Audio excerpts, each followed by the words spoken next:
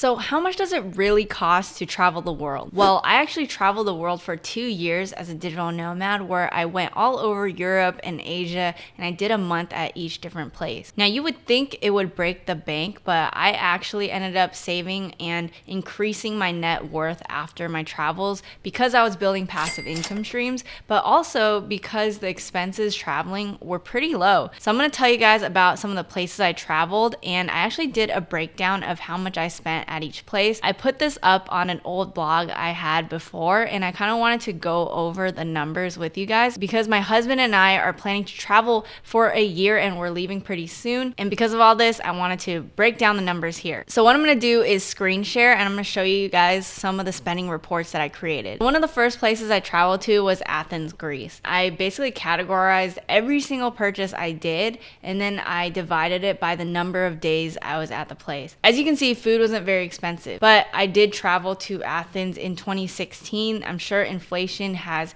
played its role, but if you look over here in the numbers, I basically spent €2 on like gyro, $3.50 for sandwiches, lunch and dinner, $15. So basically meals were about $5 usually, it seems like. Spaghetti was about $5, sometimes it was $10 or so. But compared to like the $20 I spend here now in the US, it's pretty good. McDonald's $4.50, well, it's gonna be pretty cheap everywhere you go. Mall food $5.60, tuna baguettes for $2, spaghetti for $6.50. I like to go to Asian restaurants, so I definitely bought noodle soups out there. You go down to entertainment, I just basically went through like alcohol or shopping or like go-kart racing. Somehow that was only $10. Movies were only $6, so it was pretty affordable. Transportation, I put in some numbers for like taxis and bus passes and stuff like that, but I think I was located pretty centrally in Athens, so I didn't use the metro that often. And then I also put down the miscellaneous charges. I did put down like the phone for the month. I didn't count like business expenses, but I just talked about the living costs while here. For accommodations, I only spent about $400 for the Airbnb, which was for a month and 10 nights, including my trip to Santorini and Naxos. But also for Santorini, I did split this with a few flatmates. So all this was like really affordable, and overall I spent $14.97, which averages to $37.45 per day or about $1,100 per month, which is extremely affordable. So I was in Vietnam, I think in 2017. The conversion for their currency is pretty crazy. It's 22,000 VND for $1. I don't know if it's changed a lot now. I'll have to check that. But we're actually going to Vietnam in a few weeks, so we'll find out. Now the meals here were extremely affordable. So like $1.82 for beef noodle soup, pho for like $2 to $3, which is insane. Basically meals of like $3 to $4, as you can see with a lot of this. I only spent $229 on food and I ate out every single day. Entertainment was cheap too, $5 for movie, popcorn, and a drink. That's so good. Some miscellaneous products here. And then looking at the transportation, I did use Uber a lot of times, but look how cheap it was. It was about $1 to $2 for each Uber, and then $352 for my Airbnb. I also did stay in Hoi An for 3 nights, and somehow that was only $80 for 3 nights. Total was $996.55, and daily spend was $26.30. Insane. I'm gonna show you guys 4 more cities, so let's go into Lisbon. Lisbon's gonna be a bit pricier than the last 2, I believe. If you look at the food here, it was about $10, I would say, for each meal. Roughly what I see here is like $8 to maybe $12 from what I'm looking at. Sometimes 20 or more depending on what I bought. Like if I bought seafood, it might have been pricier. I used to get the sushi buffet like all the time and it was really cheap. And then some of the entertainment, I only spent $48 on that. Random miscellaneous items, transportation was $141. And then my Airbnb was $559, but this was also because I stayed in a private room in an apartment, which was actually really big, really high ceilings. It was nice, but basically $559 for the accommodations for 36 nights. Now overall I spent $1356.62, which averaged to $37.68 per day. So this all is extremely affordable, and I was not really cooking. I was basically eating out all the time. The rent in San Francisco, for example, for a 1-bedroom apartment, if you were living by yourself, is about $3,600, which is insane. I saw that recently on a Craigslist listing and I was just shocked, right? I was spending less than half of that amount for every single thing, including transportation, including accommodations, meals, entertainment, every single thing. So that's why it is very affordable to live abroad. All right, let's look into Bucharest, Romania. That was my second destination after Athens. So let's go into the food again. The food is a lot cheaper than in Lisbon, for example, and I think even cheaper than in Athens. So even Asian food, I was spending like $5, for Vietnamese food, sometimes 10. They had this thing where they would have like a set meal for like appetizer, course, and the dessert for like $5 total, which is insane. Yeah, same thing here, $5 for pho, like $3 for pizza. I missed Asian food while I was abroad, so I just wanted it all the time. So I was really happy when I went to Asia after Europe, but I like the mix of both. Now continuing on entertainment, it looks like I went on a lot more things in Bucharest because I did make a lot of friends while I was there, and we still keep in touch. And then after that, miscellaneous, $128. Transportation, I did take like a bunch of Ubers and taxis. I wanted to note that it does include my flight. So if you travel between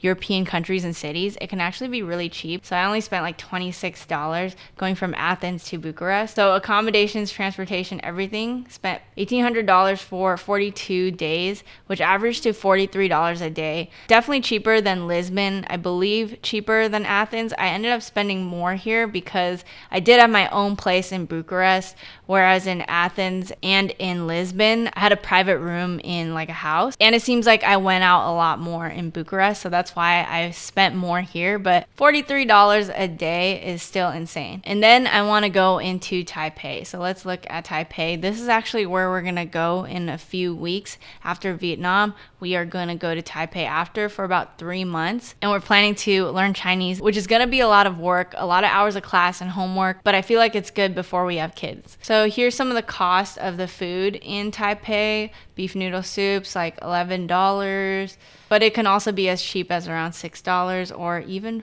$4. I love beef noodle soup, so I get that a lot. Some of the meals are around $67, like around $7. So a lot of it is really affordable here too. Lunches are like ranging from $5 to like $8 maybe, and the food is really tasty. For entertainment, we went to gaming cafes like all the time, so I spent maybe like $5 for like a bunch of hours, so it was actually very affordable. As you can see here, here's the gaming cafe we'd go to a lot of times. Then some miscellaneous items, and then let's go into transportation, which was $163.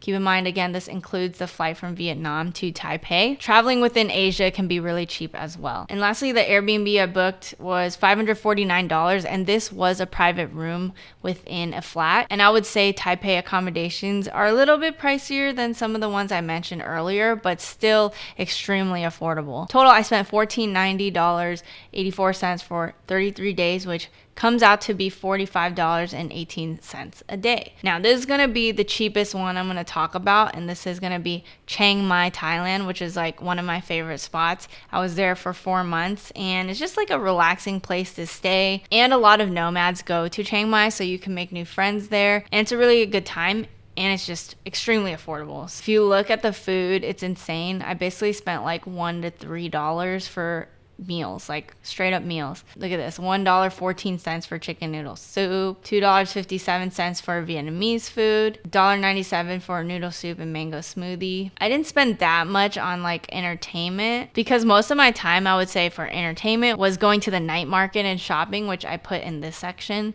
Like different miscellaneous items, like tank tops were only like $2.86, small bags for $2.86, so it's like extremely affordable. Transportation, you use like a tuk-tuk, like a red truck, and it's usually $1 to $2 as well. This included the flight from Hong Kong to Chiang Mai, which brought up the transportation total, and then the Airbnb and the month of spend for the place was only $260 total, and I just got like a very plain room, as you can see from these pictures, but it was my own spot and it was extremely cheap, and that was for the whole month. So the total was only $615 over a 26-day span, which was $23.68 I spent per day. That is insane. That doesn't include the other 3 months that I spent traveling back to Chiang Mai. But really, Chiang Mai, you can just like not hold back on your spending and still spend maybe $600 to $1,000 a month. So I'm really excited to be able to go back there. Hopefully my husband and I, we visit Chiang Mai again this upcoming year. Now, I think you guys probably want to know how much it all costs. So I did document for about 9 months. I was really documenting like a crazy person. I'd write down every single expense as you guys saw on those blog posts. But I really wanted to show you guys that it isn't going to break the bank if you travel wisely, use like Google Flights and things like that to get better deals on flights. On top of that, another hack is to use nomadlist.com. It's a great way to look for affordable places to travel to while being there maybe for a month at a time. It ranks everything by like cost, by nomad friendly, by Wi-Fi service, all these different things. Basically, I counted 9 months because I stayed in Hong Kong for about like 3 months or so of that year. And in Hong Kong, like I did stay like with my parents, so I didn't count that time. I tried to budget, but I still ended up eating out all the time, taking mini trips, going out every day. And then again, I'm not counting like business expenses, like domains, hosting, as well as like pre-travel equipment. So my total came out to be $11,366.98 plus my travel insurance, which was $400, which makes it come out to be $11,766.98 for 256 days. That means I spent about $45.96 per day. That would have come out to be $16,777.14 for the entire year if I were to basically average that out. And then when you count that, that would be basically $1,398.10 per month traveling. So if you are thinking travel is going to break the bank, it really depends on how you do it. But also, if you were like me when I quit my job and then I traveled, you have a lot more flexibility with your flight dates, your accommodation dates, and things like that. Whereas if you were just taking PTO, things are going to cost a lot more because usually you're taking PTO on like your Christmas break or your Thanksgiving break, but that's when most people are going to travel. So that's when flight prices and hotel prices are going to skyrocket, right? So yeah, you might not be able to get those numbers like me. However, you can save a lot of money by just doing it wisely, going to places that aren't going to break the bank, like maybe Switzerland, where McDonald's is maybe like $30 or something like that. But overall, again, travel doesn't have to break the bank. Use different sites like Google Flights, Secret Flying, Flight Deal, kayak.com, and then use Airbnb and then book for a few months out because I basically had things scheduled so that I would get the best deals on everything. I would say if you book accommodations ahead of time, you usually can get better pricing on that. And then the last thing I want to talk about is credit card points. That can save you a ton on travel if you guys aren't using that already. I looked at our past year and we've actually been able to book over $7,000 worth of free travel in just these last 12 months. So this isn't including anything that I'm talking about on this episode, because on this episode I did get like cash back rewards, but I never used points for travel. But then in this past year, I really learned how you can use points for travel and have been able to book a ton with that. So if you guys are interested in how to travel cheap, how to use points, let me know in the comments below and I might make videos on that. But also definitely check out the link in my description where I'll give you guys some of my favorite credit card recommendations for these different rewards. Now, I hope you guys enjoyed this episode. We talked about a lot of different numbers, different countries and cities. I hope it gives you guys some insight on how much it can really cost while you're abroad. Make sure to subscribe, hit the bell button to be notified of my latest videos, and I'll see you guys in the next one.